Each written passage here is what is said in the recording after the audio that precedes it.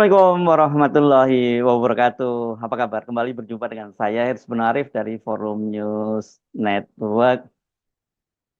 Ada kabar baru lagi nih berkaitan dengan Presiden Jokowi. Ini dikabarkan situasi dari atau situasi dan kondisinya Presiden Jokowi itu saat ini benar-benar tengah panik dan dia itu kembali minta difasilitasi untuk bertemu. Nah, kali ini yang diminta untuk bantuannya agar memfasilitasi bertemu dengan mantan presiden kelima itu, yakni Ibu Megawati Soekarno Putri itu adalah Sri Sultan Hamengkubuwono ke-10. Kabar itu disampaikan oleh pengamat militer Koni Rahakundini Bakri. Nah, ini saya baca di Tempo. Jadi kata Koni bahwa Pak Jokowi itu ketika bertemu dengan Sri Sultan di Jogja beberapa waktu yang lalu, kalau nggak salah seingat saya tanggal 28 Januari 2024, itu di situ dia minta difasilitasi oleh Sri Sultan untuk bertemu dengan Ibu Megawati. Dan pada waktu itu Pak Sultan itu mengingatkan kepada Pak Jokowi agar jangan sekali-kali menyakiti hati Ibu Megawati. Dan itu katanya diucapkan sampai 3 kali, karena bagaimanapun juga eh, Ibu Megawati ini adalah putri proklamator Bung Karno. Nah, apakah benar itu yang kabar disampaikan oleh Koni? Nah, ini yang sangat menarik karena Tempo juga menyatakan bahwa eh, dia sudah menanyakan ini kepada Ahmad Basyara, salah satu fungsionaris PDIP, dan dia menolak untuk menjawab soal itu. Dia mengaku tidak mendengar itu dan dia minta agar hal itu ditanyakan pada Puan. Ini menarik kalau betul apa yang disampaikan oleh Koni ya, karena ini sesungguhnya isu ini bahwa Pak Jokowi minta difasilitasi atau dimediasi untuk bertemu dengan Ibu Megawati itu kan bukan yang pertama kali. Beberapa waktu yang lalu juga muncul kabar serupa bahwa Pak Jokowi itu mendekati para petinggi atau elit dari PDIP minta dipertemukan dengan Ibu Megawati. Tetapi pada waktu itu para elit PDIP itu menolak untuk menyampaikan hal itu kepada Ibu Megawati dengan alasan mereka sekarang tengah fokus untuk menghadapi Pilpres gitu. Makan dia menyebutkan gini, kata Andi Wijayanto ini salah satu sekarang jadi apa ya? Dia jadi wakil TPN ya, Tim Pemenangan Pemilu Nasional Ganjar Mahfud, itu dia menyatakan bahwa pertemuan dengan antara Pak Jokowi dengan Ibu Megawati itu ya akan terjadi nanti setelah Ganjar dan Mahfud itu menang Pilpres. Jadi artinya memang ditolak. Nah, kalau kemudian sekarang dia meminta bantuan pada Sultan, itu pasti ada hal yang sangat serius mengapa kemudian Pak Jokowi itu eh, minta difasilitasi dengan bertemu dengan Ibu Megawati. Karena kan sebenarnya bagaimanapun juga Pak Jokowi itu dia kan kader PDIP, meskipun menurut Ketua DPC PDIP Solo, Efek Rudi, yang pernah jadi wakilnya, menjadi wakil wali kotanya ketika Jokowi menjadi wali kota Solo, ya sudah tidak diakui sebagai kader lagi gitu ya. Tapi kita belum pernah dengar secara resmi bahwa kartu anggotanya Pak Jokowi itu dicabut atau dia menyerahkan kartu anggotanya. Jadi seharusnya kan tidak perlu dia minta dimediasi oleh pihak lain untuk bertemu dengan Ibu Megawati. Kan cukup dia datang, apalagi kan selama ini Jokowi juga mengakui bahwa Ibu Megawati itu seperti ibunya sendiri gitu. Wajar kalau sebagai anak ya dia pernah berbuat hal yang apa ya, menjengkelkan seorang ibu, dan biasanya kan seorang ibu ya pasti memaafkan. Jadi artinya kalau Jokowi datang ke Ibu Megawati dan kemudian minta maaf, iya pasti akan dimaafkan kalau ibu ya. Nggak ada ibu yang tega pada anaknya. Dan saya lihat juga sebenarnya sikap Ibu Megawati itu kepada Pak Jokowi, kendati ya secara tidak langsung kita menangkap kekesalan itu dari beberapa kali pidato-pidatonya, misalnya dalam berbagai kampanye dia nyindir-nyindir soal bansos gitu, katanya banyak banget bagi-bagi bansos. Memang itu duitnya siapa? Kan bansos itu kan duit dari rakyat gitu, duit dari pajak rakyat yang masuk dalam APBN. Dan kita tahu kan selama ini yang banyak sekali menghambur-hamburkan bansos, yang sekarang ini membagi-bagi bansos, bahkan memaksa Menteri Keuangan Sri Mulyani untuk mengunci anggaran dari berbagai departemen dan lembaga pemerintahan sampai 50 triliun lebih, 50 triliun, 50,14 triliun kalau tidak salah itu kan demi untuk bansos yang digunakan sebagai alat money politik untuk memenangkan putranya yang berpasangan dengan Prabowo, yakni paslon 02 Prabowo Gibran gitu. Jadi dan kemudian kita juga lihat bagaimana Jokowi juga terus-menerus keliling Jawa Tengah gitu ya, melakukan kunjungan kerja bagi bansos, memperbaiki jalan, mengambil alih pembangunan jalan di Jawa Tengah yang menurut dia rusak, dan ini kan dianggap sebagai upaya dari Jokowi untuk menggerus suara Ganjar Mahfud dan sekaligus juga PDIP di Jawa Tengah, karena bagaimanapun juga Jawa Tengah ini adalah basis dari partai Banteng ya, Partai Demokrasi Indonesia Perjuangan, dan secara terbuka misalnya Gibran juga meyakini bahwa dia bisa mengambil alih suara pasangan Ganjar Mahfud di Jawa Tengah, sementara PSI ini partai yang sekarang juga dipimpin oleh anaknya Pak Jokowi yakni Kaisang Pangarep itu juga sudah secara jumawa menyatakan ingin mengubah kandang banteng, maksudnya Jawa Tengah itu menjadi kebun mawar merah, ini simbol dari partai PSI. Jadi ya sebenarnya sangat banyak sekali perilaku dari Pak Jokowi ini yang sudah menyakiti Ibu Megawati, dan yang terbaru tentu saja yang paling heboh kan ketika ada seorang kader PDIP yang ketika menyambut kunjungan Pak Jokowi di Wonosari di Gunung Kidul itu, dan dia membentangkan spanduk, sebenarnya ya biasa saja spanduknya dituliskan bahwa selamat datang Pak Jokowi di Wonosari, terus dia menyatakan kami sudah pintar, kami pilih Ganjar, tapi kan kemudian dia dipukuli oleh seorang petugas gitu ya, dan ini yang menimbulkan kehebohan luar biasa, dan pasti ini jadi catatan Ibu Megawati. Tetapi kalau saya perhatikan, toh sebenarnya Ibu Megawati itu kalau sekarang ini mau jahat kepada Jokowi gitu ya, sesungguhnya ya, Ibu Megawati gampang banget, karena ini kalau beliau misalnya menarik dukungan kepada Jokowi dengan cara menarik para menterinya dari kabinet, apalagi juga sekarang ini kan Menteri Keuangan dikabarkan ingin mundur, Menteri Keuangan Sri Mulyani, dan juga katanya sudah minta izin kepada Ibu Megawati, tapi semua ditahan oleh Ibu Megawati.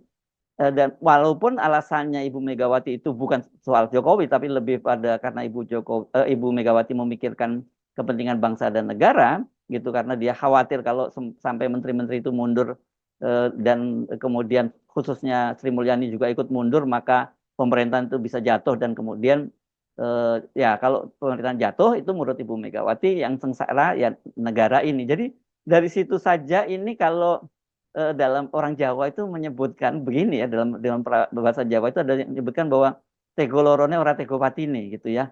Apa ya, tega ngelihat sakitnya tapi dia nggak tega kalau sampai dia mati. Jadi artinya kalau Ibu Megawati itu sebenarnya meskipun tidak diucapkan secara langsung masih tetap sayang pada Jokowi gitu ya. Dengan dia tidak menarik menterinya dan juga tidak mengizinkan Menteri Keuangan Sri Mulyani untuk mundur, itu kan berarti dia juga menyelamatkan Jokowi. Padahal bagaimana perilaku Ibu Megawati itu dihianati oleh Jokowi ya. Kan selain satu, jelas dia diterikung dengan tidak mendukung Ganjar, malah mengajukan putranya sendiri, yakni Gibran sebagai wakil presiden. Dan kemudian juga Kaisang itu diangkat menjadi ketua umum Partai Solidaritas Indonesia. Dan kita tahu kan segmen atau ceruk pasar dari Partai Solidaritas Indonesia ini ya dipastikan itu akan menggerus ceruk pasar PDIP. Begitu juga Bobi yang menantunya Pak Jokowi yang didukung oleh PDIP menjadi wali kota Medan, itu kan juga kemudian berkhianat pada PDIP dengan cara lebih mendukung pasangan Prabowo dan Gibran. Jadi sebenarnya ini ini luar biasa sekali ya pengkhianatan lah gitu, atau bukan, kalau kita pengkhianatan mungkin terlalu keras, bukan menyakitinya Pak Jokowi terhadap Ibu Megawati, tapi tetap saja Ibu Megawati ternyata tidak membalasnya gitu. Jadi menurut saya kalau Pak Jokowi ini kemudian minta dimediasi, mengapa mesti dimediasi ya? Dia datang saja seperti kata Hasto, pintu rumah Ibu Megawati itu terbuka. Jadi kalau Pak Jokowi mau tidak kembali minta maaf dan sebagainya, saya kira pintunya terbuka. Nah, tapi situasinya sekarang saya kira sudah sangat terlambat karena kampanye ini sudah akan berakhir pada hari Sabtu nanti tanggal 10 dan kemudian pencoblosan atau pemilihan presiden terutama yang jadi fokus itu akan berlangsung pada tanggal 14 Februari. Dan Jokowi kan bersama timnya selama ini selalu menggembar-gemborkan akan menang satu putaran.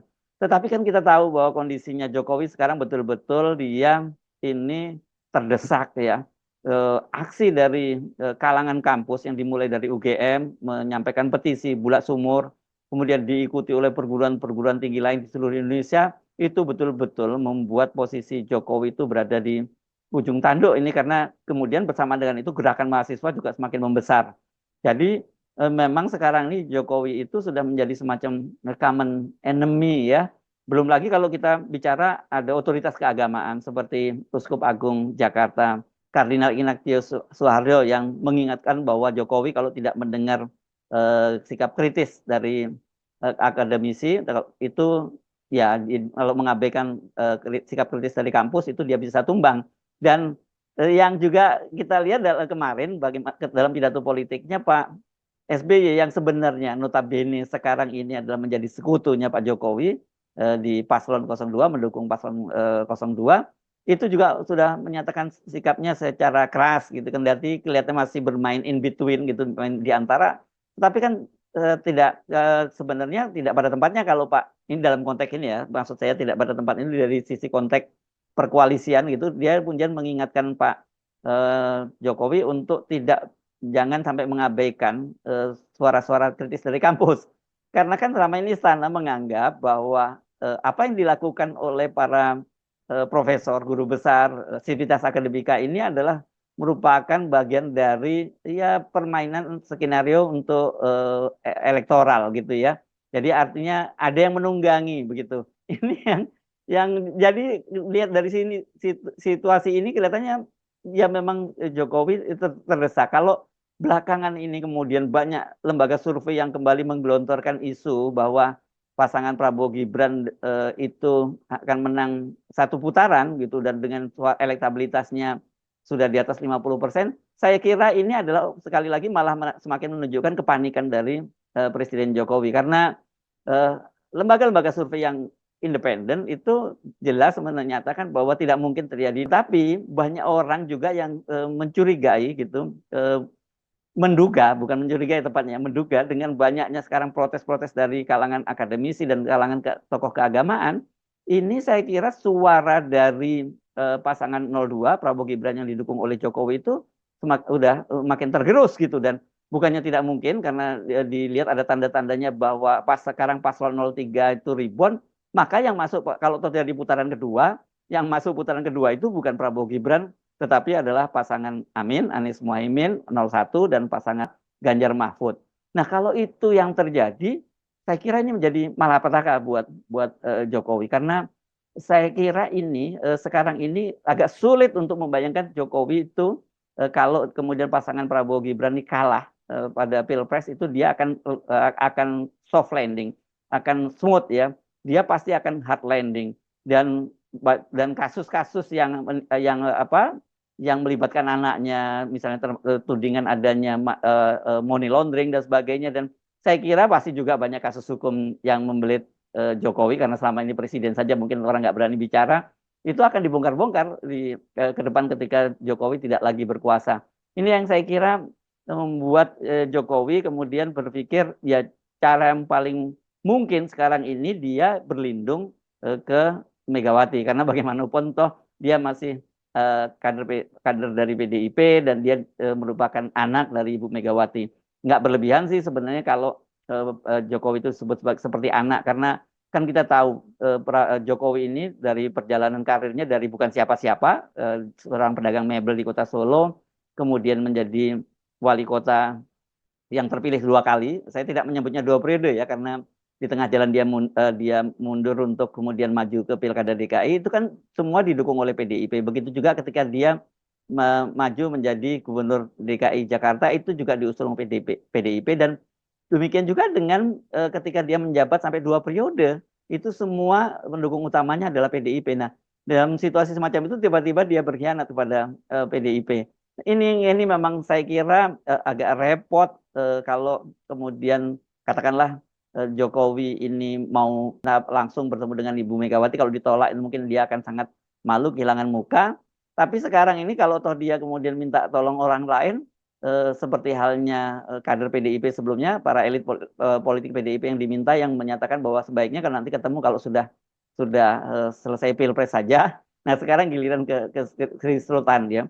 Saya sih kok meyakini bahwa kalau toh katakanlah ini disampaikan oleh Sri Sultan ke Ibu Megawati, kalau toh nantinya Pak Jokowi itu akan diterima oleh Ibu Megawati, ya tidak sekarang, tidak pada pilpres putaran pertama ini. Kita nggak tahu pilpres putaran kedua. Kalau kemudian pada pilpres putaran kedua Jokowi pasangan yang didukung oleh Jokowi dalam hal ini Prabowo Gibran tidak masuk putaran kedua, saya kira mungkin Jokowi kembali bisa mendekati Ibu Megawati dengan posisi tawar akan mendukung pasangan Ganjar Mahfud. Tetapi kalau kemudian ternyata dia pun sekarang ini ketika masih powerful saja dia tidak bisa memenangkan pasangan Prabowo Gibran, apalagi nanti ketika dia sudah citranya sudah semakin buruk dan dia dikalahkan pada putaran pertama.